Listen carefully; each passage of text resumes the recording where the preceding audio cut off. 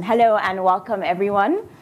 Ladies and gentlemen, I have the pleasure of introducing our distinguished guest for our Meet the Leader session today.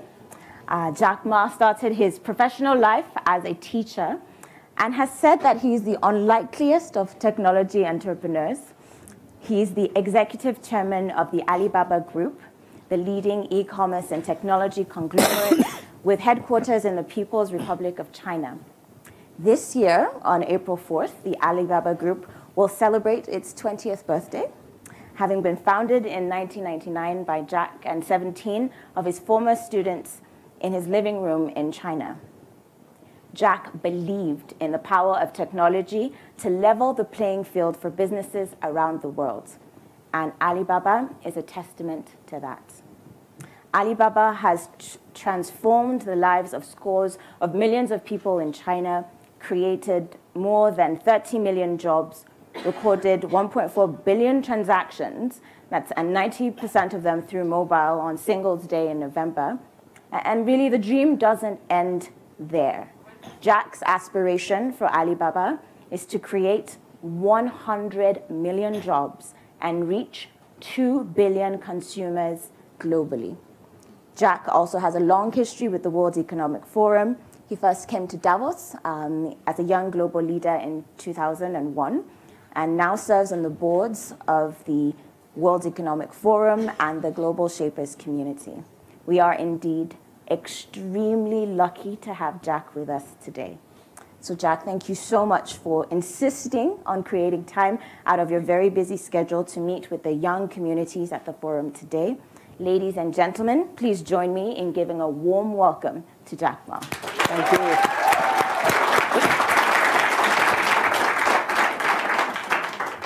Okay, so Jack, today we have the Global Shapers community, the young global leaders and technology pioneers are seated in the room today and eager really to engage with you. But let me start off with this question.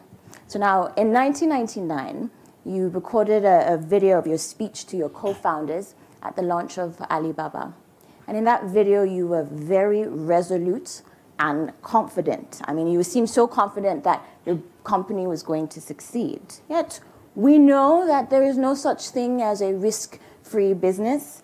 So did you have any moments of doubt or fear on launching Alibaba, or what you, and really, did you have any concerns that maybe you wouldn't make it? And if you did, how did you manage those fears and doubts, and what was your support system like? Thank you so much. Thank you. It's my great honor to be with you, and thank you for asking the question. I was scared. There are technical guys here. Don't ask me technical questions. But of course, I was scared. I had feared, doubted, again. But one thing I never sort of doubted about is I believe somebody, if not us, if not me, somebody will win. Somebody will be there. But the thing is that I think it's the early stage of the internet, 1999. Everybody has a fair chance. There's no expert at that time. Even to today, there is no expert of tomorrow. There is only expert of yesterday. Nobody would say, well, tomorrow will be like this. So this is what I think. We don't have a system to support that, how I can overcome my doubts and fears. But I tried to be transparent to my team. And actually, I did everything. I worried.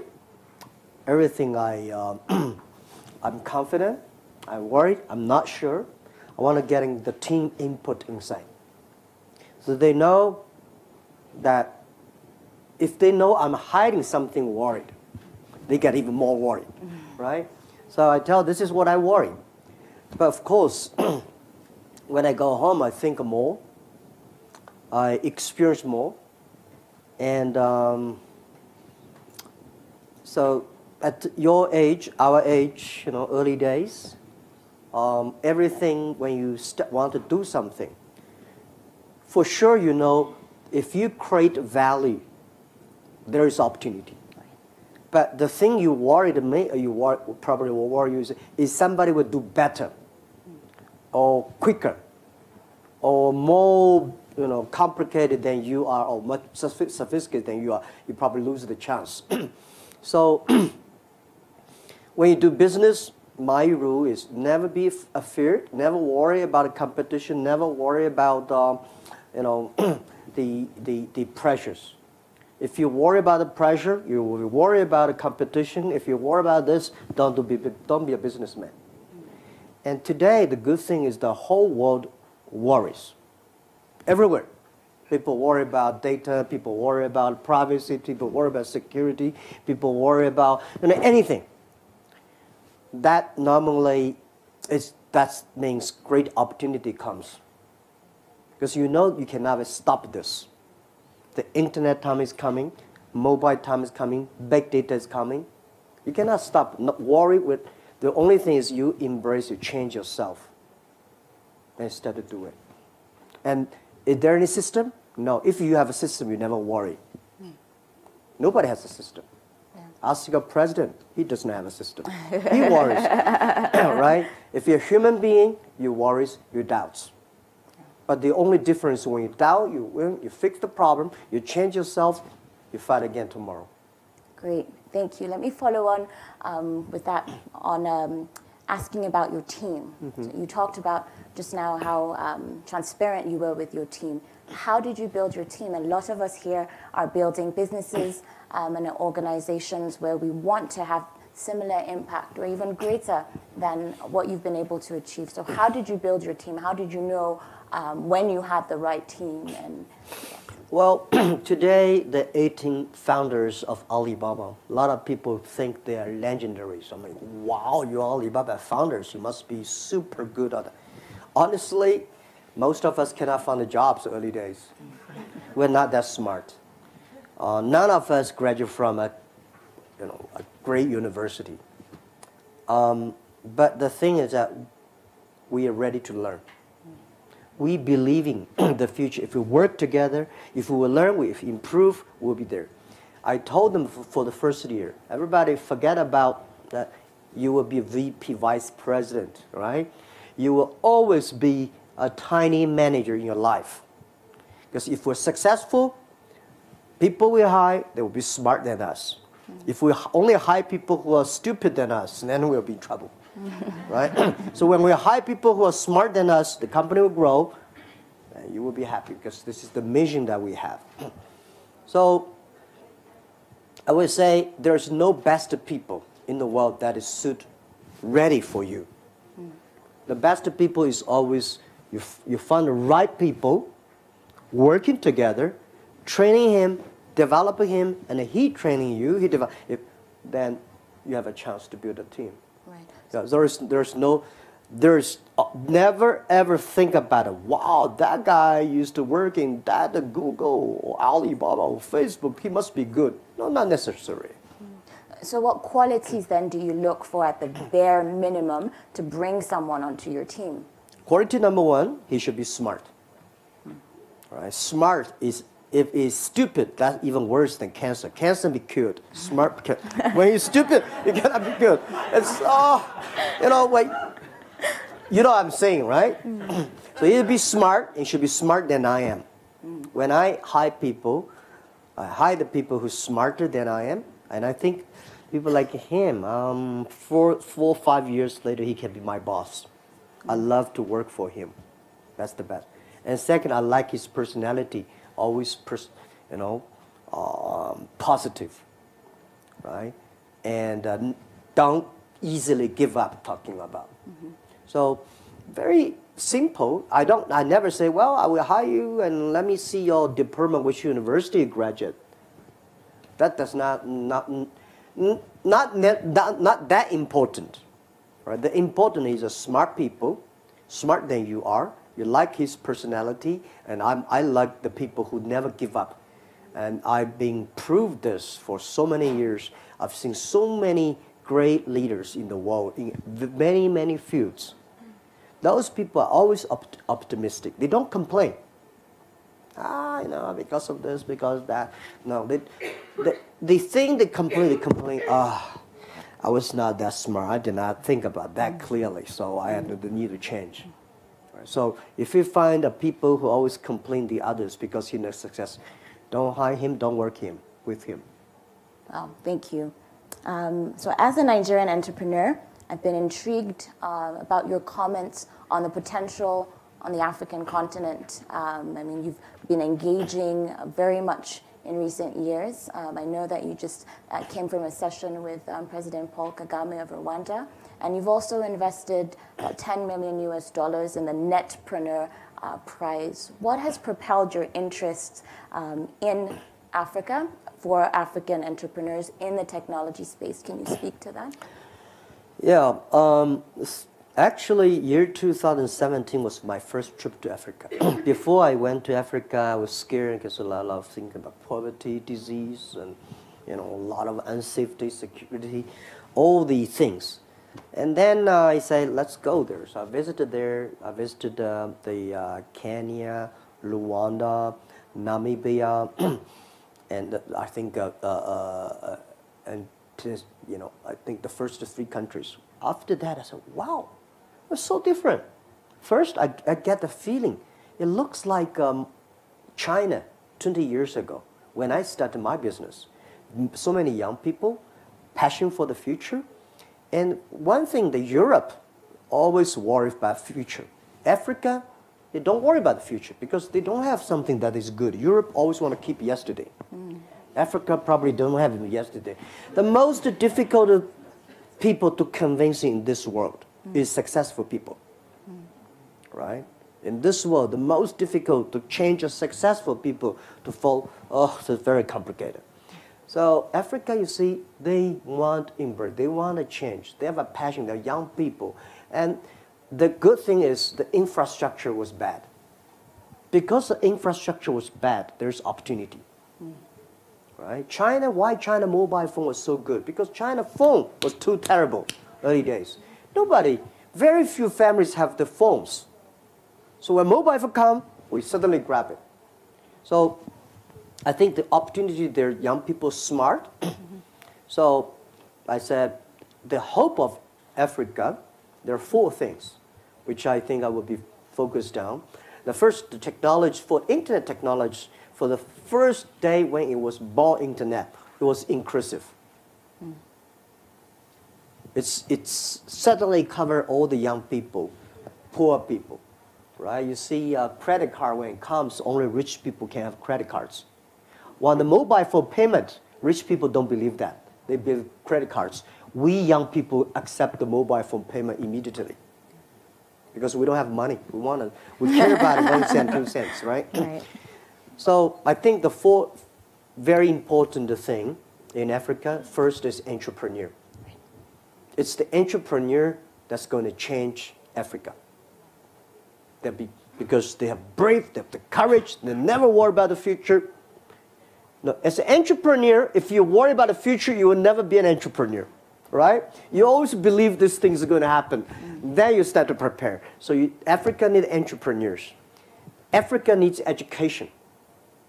Right. Education, if you don't have the education, the good thing is today's the USA and Western education, European education system is good. But it's going to face the challenges because the new technology coming. This education system today we have was designed 200 years ago for the industrial time. Now the data time comes. What's the right education system for that? Right. That is to embrace challenge, change. That is innovation, creativity. So Africa, the second, the education, E. The third is infrastructure, not infrastructure.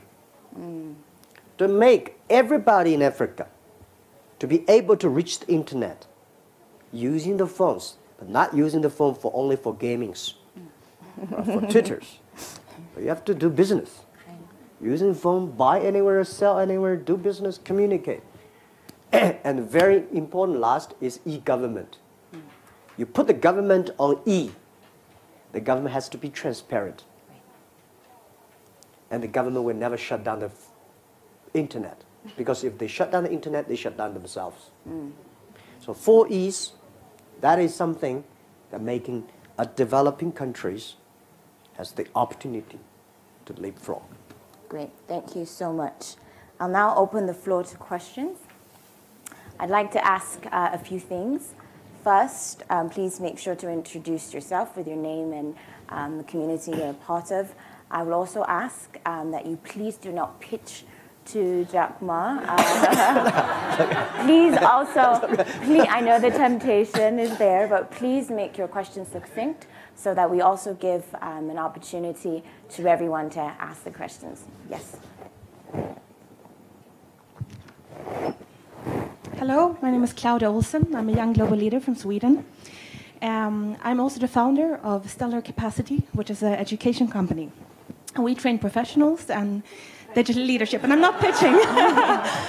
But I wanted to ask, because just as you mentioned very wisely, is that the education systems are designed for the previous industrial revolutions, the industrial development. Now when we are designing new organizations and the education system, how do we also change our leadership? What kind of leadership is needed for the new economy? Thank you. So, as I said, the education area has huge potential. And also, most of the universities will face challenges. Most of the business schools will face challenges. I think we should focus the resource in developing countries like China, or India, or Africa. We put more resources on the back end, on the PhD or master degree research institute, which I think we should put more resources on the early stage, kindergarten, primary school, middle school, because you create.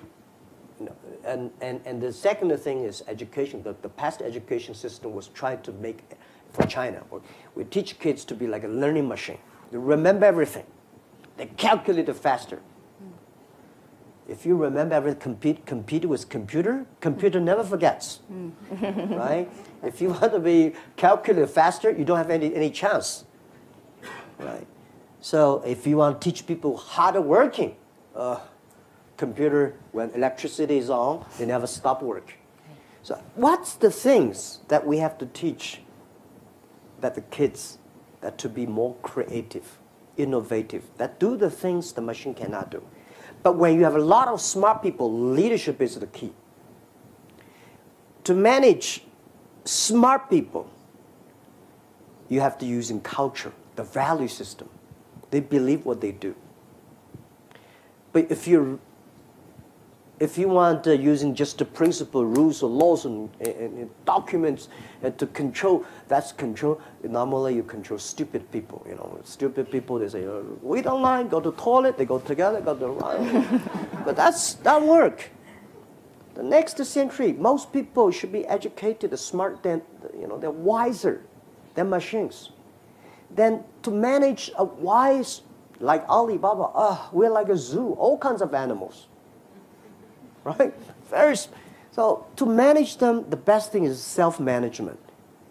How can they self-manage themselves? It's the value they believe in, the mission. The machine in the future, they have chips, but the human beings have the heart. The heart is where the value, the mission. So this is what I think the education system, we need to move to that direction. I hope I answered your question. Great. All right. Hi, this is Nishad from Global Shapers Doha in Qatar. My question would be on environment perspective, how Alibaba Group is working on in supply chains to be more sustainable and working on impacts of climate change. So how you think business leaders can work on that? Climate change, the weather, the environment. Yeah. First, as a technology company, we believe in technology is great for human beings. We believe technology can create a lot of jobs. Because human beings, every technology revolution create more jobs. But when the early stage, every technology create worries. Worry, if you do not manage them well, it's going to be a big problem. As I said, the First World War because of the first technology revolution. second technology revolution caused the Second World War. And this is the third technology revolution we're coming. Then, as at Alibaba, we believe in the future. We believe technology will be inclusive, sustainable. And the people worry about environment. Using technology to solve the environment problems. We only have one Earth. This is we only have one. When people using oil, coals, if we think Earth is a human, you're digging the oil and burning them. You're digging the coals, that's the bones. You're digging them. The Earth will revenge. It will be painful. So, yes, we will do that. We still need oil, we still need the coals, we still need the wood. But if the data can tell us how to use it efficiently, smartly, and that is what we think we can do. And the other thing is when you're giving everybody, every country opportunities. So I'm a believer, I'm not a technology person, but I'm a believer that technology is great for human beings. And as a technical company, don't be evil, it's not enough. You should do good things for the world. Do good things for the future. And believe in young people. And environment is a big issue, it's a big problem. The Earth probably can handle 3 billion people, will be probably the best. Now we got like 7, 8 billion. You can have a stop, but probably we're going to have 10 billion or 12 billion. More problem comes. But using technology to foresee the problem comes, solve it. This is why I think Alibaba has a lot of things to do, not only for making money. Making money is something, early days is important for us. Now making money is not that important. How we can use technology to change, to improve, to be inclusive, sustainable, and green. That is why we're still at our age, at our, sort of hard working for 20 years, time to rest. We're still fighting. That's the meaning of the technology.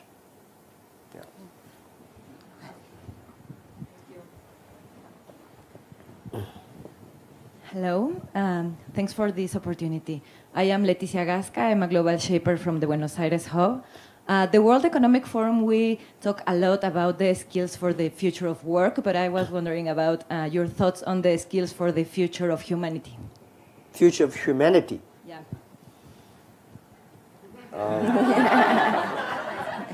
What is your view?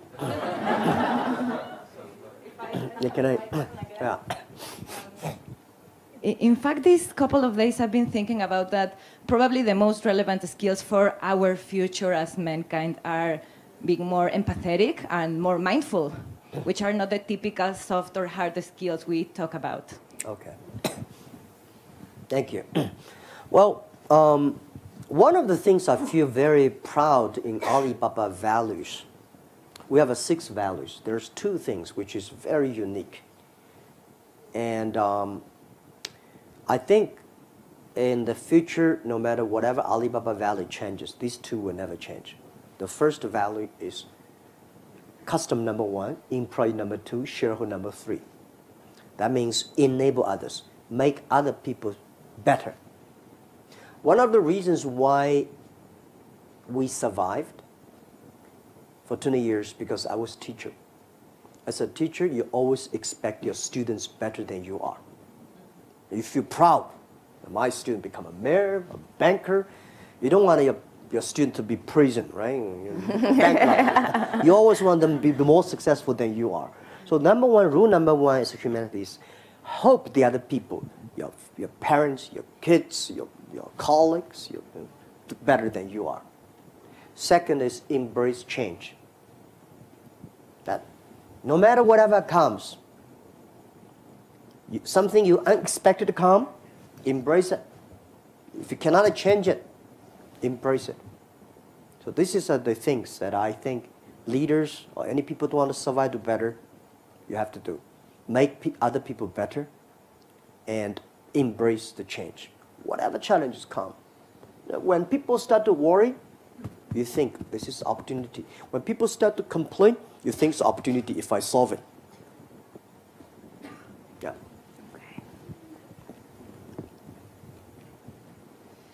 Hi, I'm Diana Paredes. I'm the CEO of Suede. We do regulatory software. I won't start pitching. I'll do that another time.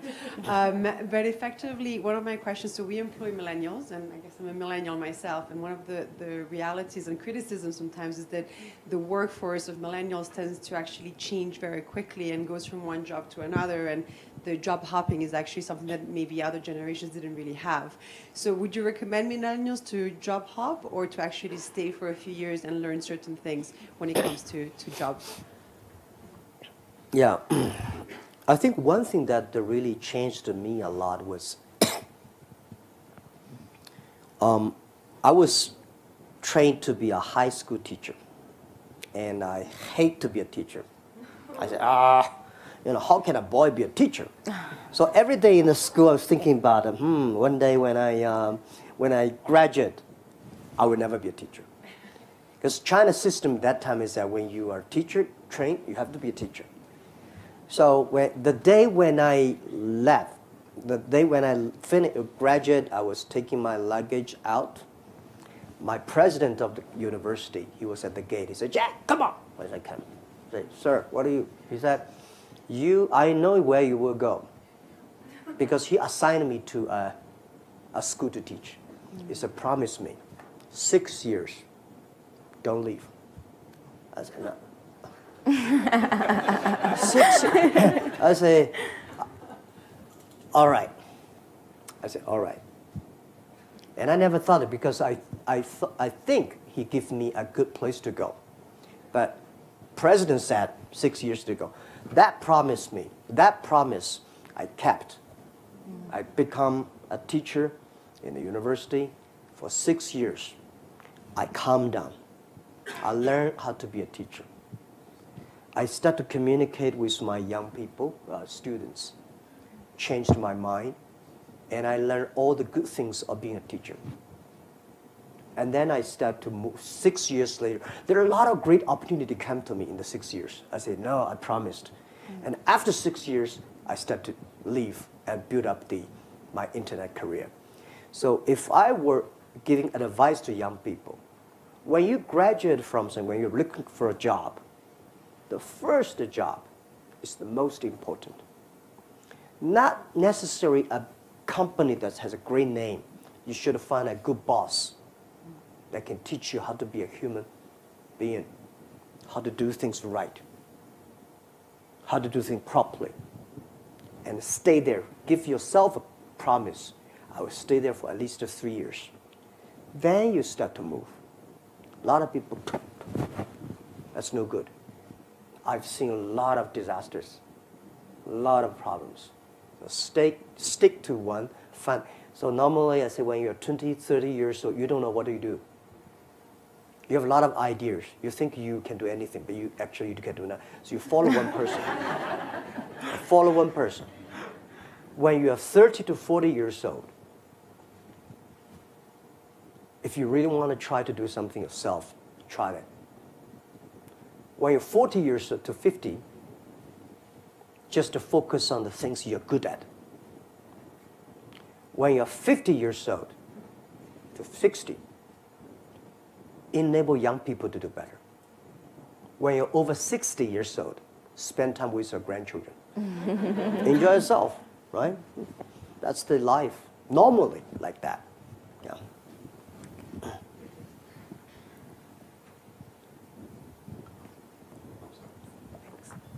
Hi, good afternoon. I'm Mariam Robinson from Jamaica, CEO of a bank in Jamaica. So I, like you, believe that technology is good for human beings, and it actually helps to democratize access to markets, which is relevant for very small, poor countries. But there's also this concern that as we innovate, there's no one standard managing that innovation, and that these small, poor countries could be left behind. So I wanted to get your thoughts on should this be more standardized and managed at a global level? And can that help to bring along small, poor countries to ensure that growth is inclusive? Yeah. That's a good question. This is what I'm doing almost every day. For small countries, developing countries, better not to think about standardization, rules, regulation. Don't think about it. The first thing to think about is let the entrepreneurs come up. Let the innovation come up. When they come up, then you know how to regulate. Last century, big size, big money, standardization is the rules. This century or next century, personalization, customized. That's the rule. So when you're talking about standardization, it takes about years to still fighting, debating. But when you, as an entrepreneur, when you start to do it within 3 or 5 years, you already make big changes. So for developing countries, don't convince them, like today Europe. The more you discuss about standardization, the more concerns come up, the more worry come up, right? So today, happily or good for developing countries, you will see in Europe, so many countries worry. So many countries start to talk about regulations. It's opportunity for you, for small countries. Move faster.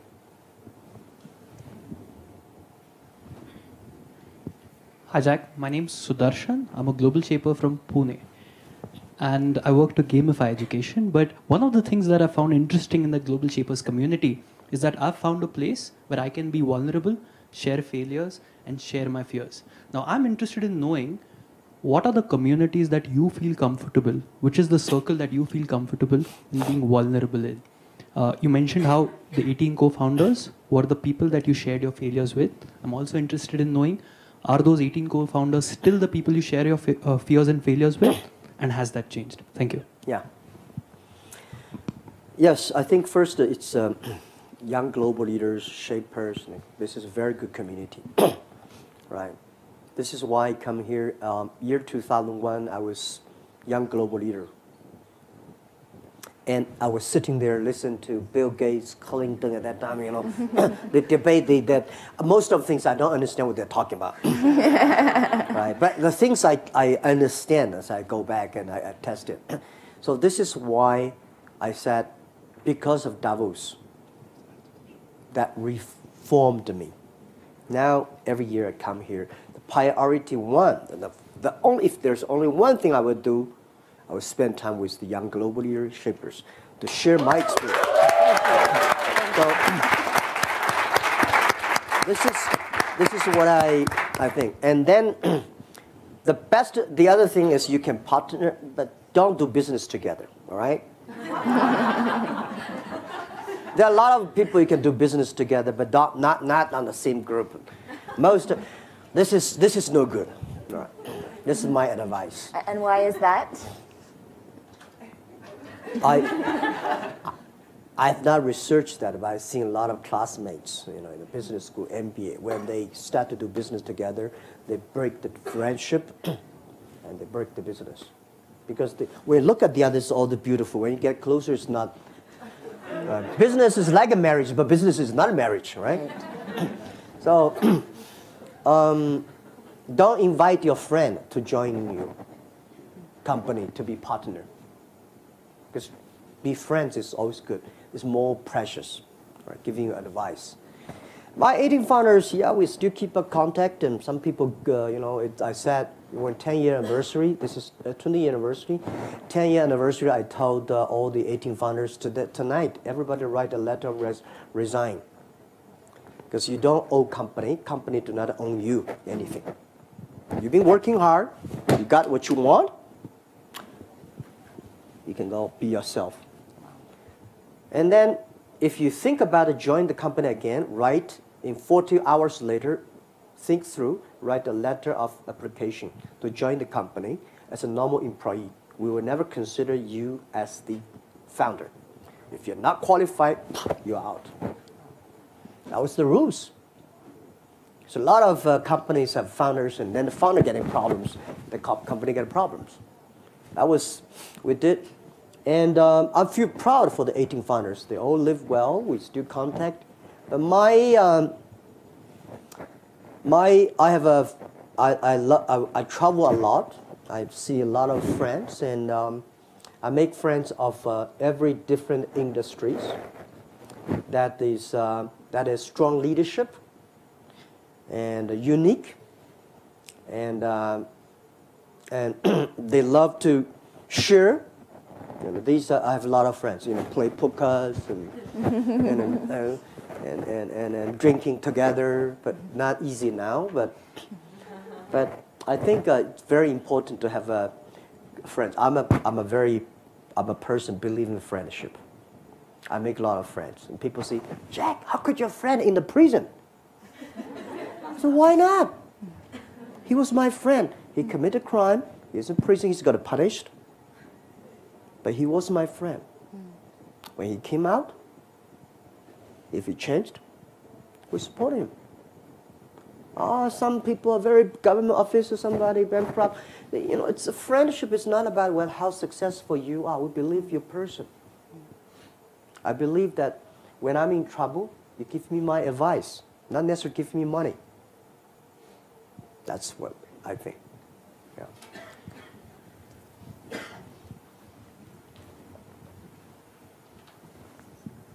Hello, my name is Mustafa Amin. I'm from Egypt, and I feel so lucky being a global shaper. Congratulations. Thank you. It's a very short question. Like, what keeps you awake at night in today's world? What keeps me awake in the night in today's world? Yes. Nothing. I sleep very well because I have. You will get used to that. When you go through life like this, like company like Alibaba, people always see good side, but there are so many scary times, worries and that, and you have to overcome again. Now, I know if I cannot sleep well, problem is still there. If I sleep well, I may have a chance tomorrow to fight against the problem. Sleep well no matter whatever happens, right? So I don't have it. Today the world is that when I wake up, I say, I go to Africa today. I go to Europe today. I hammer on the United Nations panel and say, this is what we believe. We think it is, whether they accept or not, it's not important. The important is you go tell the truth. You go tell your opinion. And you go change. That's what we do. Yeah, don't worry. Hi, Mr. Ma. My name is Natalie Chan, and I'm a shaper from the Hong Kong hub. So I know that you're a great leader, but most importantly, you're a really great teacher. And I know that the education system is inherently quite broken. And so I've been working a lot in the education innovation space to connect students into 21st century skills and new job opportunities. That's good. But when I talk to a lot of students, I notice that a lot of students just have no idea what they want to do in the future. They have just really confused. The school world focuses on a very different thing than the real world. So I was just wondering, in terms of like industry relevance, in terms of what the education world is, because right now it's quite separate. What are your thoughts about bringing more of the private sector and creating a curriculum perhaps under Alibaba for high school students to understand more about entrepreneurship, e-commerce? Because I know you do a lot of work in supporting Alibaba Entrepreneurship Fund, but what if there is an opportunity to work with younger students and create a school for them? What are your thoughts about that? Thank you. I already created a kindergarten, a primary school, a middle school, and a high school. Because I think we have to do something to change, because we say, oh, I changed. And then people say, Jack, how you change? What does school look like? So we built up a school, a kindergarten, primary school first. And I say, in China, because it's all about schools. If you have a good school, you got to go. This is a very Chinese way. And I say, my school, the people who joining, we interview the parents. Oh, wow. Right? So this school, when this finish, they will not be able to, when they have a testing, they will not be successful, like the other school kids. Are you willing to send them here?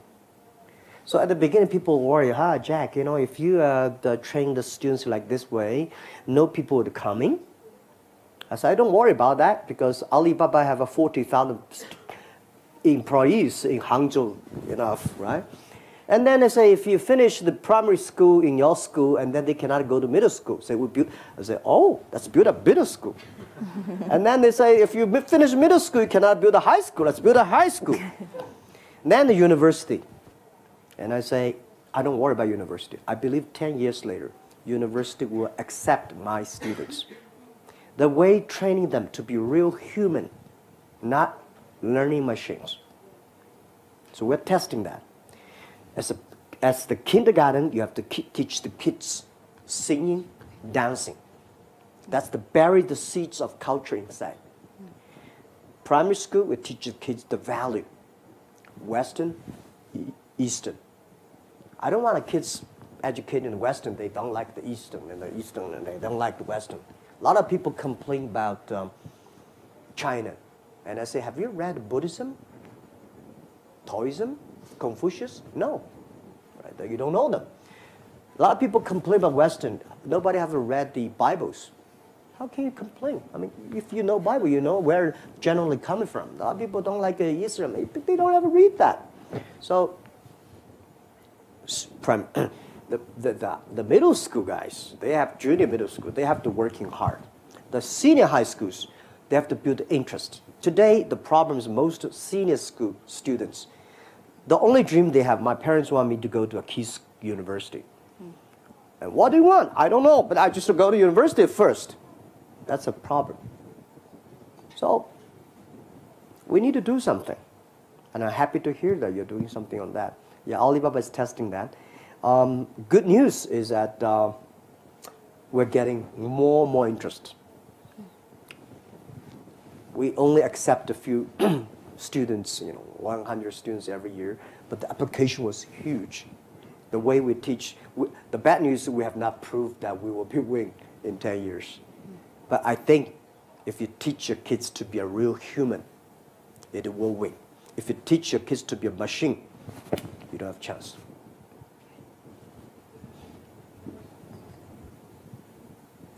Hi, Jack. Ren Hua from Singapore, YGL. We met a couple of years in your office in Hangzhou. And when I asked you for advice, you said to me very clearly, you said, Ren Hua, don't study the businesses that succeed. Study the businesses that fail.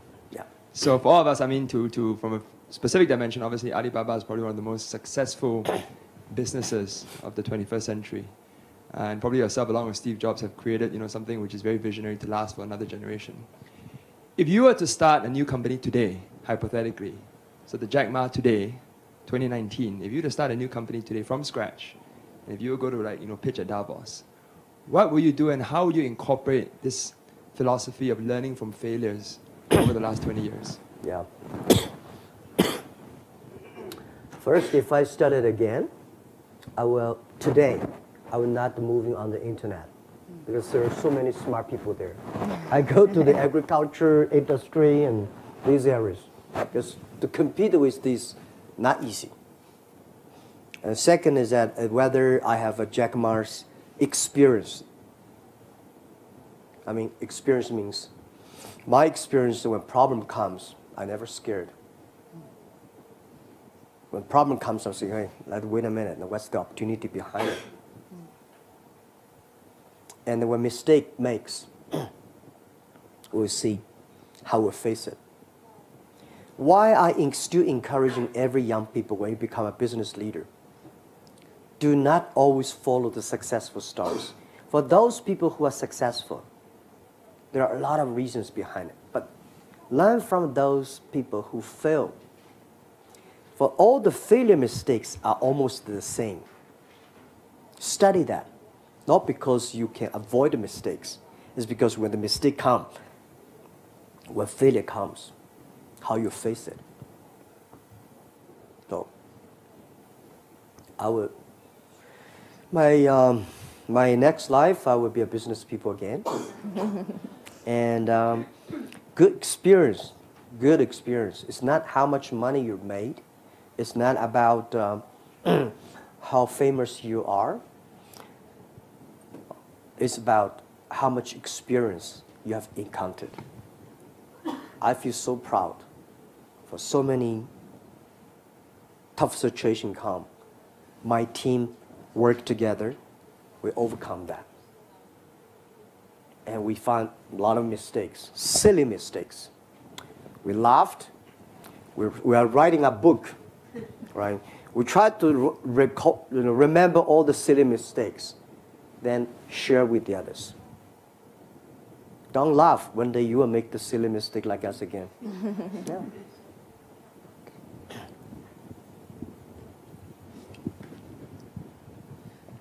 Hello, this is Khulud al-Mansour from a global shaper from Riyadh Hub, Saudi Arabia. You've spoken at the very beginning that to change Africa you need entrepreneurs, and I think the same case for the Middle East because you're trying to move from an oil-dependent economy to a more diverse economy. My question is, how would you advise on that, and are there any plans to expand in the Middle East in terms of how you're expanding in other regions? Second question is the level of observation. To what extent do you think the Middle East economy or scenario is actually capable of absorbing a limited exposure of entrepreneurs or entrepreneurial projects? Thank you. Yeah, first, there are great entrepreneurs in everywhere in the world, but most of the entrepreneurs are in the developing countries. There are more professional management in the West, but in the East, like Africa or the Middle East, China, we have a lot of Indian, Pakistan, we have a lot of entrepreneurs. And second, I think the government should, if the government wants the economy to grow good, do not trust themselves too much. They should trust the market. Trust the market means trust the entrepreneurs. Any government spend resources on training, developing, encouraging, make business-friendly policy for entrepreneurs, this country will go up. So I think Middle East, I've been there, some countries for 2 or 3 times. I found a great entrepreneurs there. The thing is that the governments, most of the oil countries, they are too rich. They're not care about the small, tiny. This is no good. They have to pay attention to small business. Last century, the bigger the better. This century, the smaller the better. Last century, you had to be a strong company. This century, you have to be a good company. A good company means you care your employee, your family, your friends, your customers. If you're comfortable, not necessarily be that big. Don't think about Alibaba, Amazon, Microsoft. Just to think about, I enjoy my life. This is, I come to this world not to make a career. I come to this world to enjoy my life. And I make a good company. When the company is good, it will be strong. So I think Middle East, huge potential. But the technology, they have to embrace it. Yeah. Okay, so we have time for one last question. This is quite difficult. Oh, okay. I've been told we actually have time for 2 questions. Okay, this is great.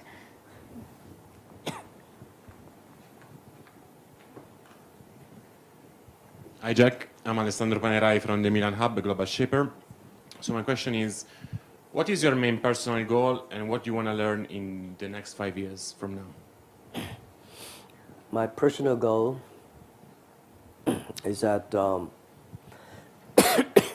I hope, for business-wise, I hope the internet, we will build a new ecosystem that using technology can enable every young people, every small business, that they can global buy, global sell, global compete, global deliver. And anybody can buy globally, deliver globally, sell globally. It's make the world really global. And my personal is that, one thing, nobody can decide which family you were born, right? But you can decide how you die. I don't want to die in the office. I don't want to die on the hospital. I want to die peacefully on the beaches or somewhere, right? So relax and do things I like, because I've been working really hard before this year, very hard. I will still work very hard, but I will pick up the things I only like. This is because the first 50 years tough work can give me the rights to do something that I really like, not do the things I have to do something that I love to do.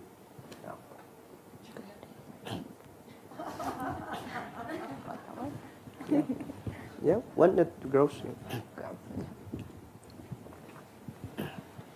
Hi, Carol from China, YGL 2018. I produce and host an interview show, Global Thought Leaders Like You. I think China has been playing the catch-up game for a long time, and now it's an exciting time for Chinese entrepreneurs because they can really be top of the world. But they're very busy, climbing up the ladder. But also, it comes at a great cost of family, of friends, of health. Probably not dying on the beach, as you said, right? And they're too busy to really think about the purpose behind all these technological innovation, all these economic development, all the value questions. Well, I see the conversation happening in a lot of the guests I interview in the West. So how do we really start the conversation in China? And also, it's an important question that China contributes, in the global conversation. So how do we, help with that narrative so that, it helps the world to understand China and helps China to contribute to the world as well? Okay, thank you. Yeah, give you another. I will try to finish 2 questions. Yes, yeah. Hi, my name is Gabriela. I'm a global shipper from Caracas, Venezuela. And I wanted to ask you about, if you could share with us a challenge that you have faced and how did you embrace the challenge? Because, all of us, we are living in an age where we have found so many little challenges, and most of us are facing our own domestic challenges. Yeah. And so I would like to know, what do you think that was what was your difference among others to overcome those challenges? Thank you. First, about China question. Yes, China is developing very fast. When you want to be the global leader, it's not about your money. It's not about your economic power or military power. It's about your responsibility. It's about the value you bring to the world. We believe he's a leader, not because he has a strong muscle, because he has a wisdom, he has a heart. He knows what he's doing, and I think China is learning that. It's not. This is like me. I never thought about these questions. Honestly, for 20 years ago when I started my business, you are so smart than I was 20 years ago. I can never ask these questions. Slowly, when to the certain size, I take more responsibility. I start to think and think differently. Right? So when you think about creating value for the others, then you will think about creating value for yourself. And Chinese, Western, the thing is the U.S. now there's a conflict. It's a good thing. Because through conflict, if they're both rational, they will learn each other. Oh, that's what you mean. Today it's more like a duck talks chicken. Different languages. So this kind of conflicts is not necessarily bad. It's a helping understanding, right? So that's what I suggest. China is learning, Western is learning, Middle East is learning, Africa is learning. We always have to keep on learning. When you keep on learning, things will change. About your question, I faced a lot of challenges. Some challenges that I would never say. I probably, when a certain age, so painful, regretful, But, you know, the only solution is go to bed and sleep, wake up, do it again. Life is very short. You only have 80 or 100 years. The thing you can do is 30 years. If you're always in the bad mood, you cannot pick up the second. Pick up one. All life is very long. 100 years is very long. Don't think about today. Wake up tomorrow. You will not. When I be rejected by so many people, I say, tomorrow there's somebody waiting at the corner for me. He should be smart enough. Yeah. So always be optimistic. Try to comfort yourself with your own hands. Yeah. Nobody can comfort you, can warm you up. Only you can warm up yourself. And if you want to be successful, pay the tough cost. Thank you.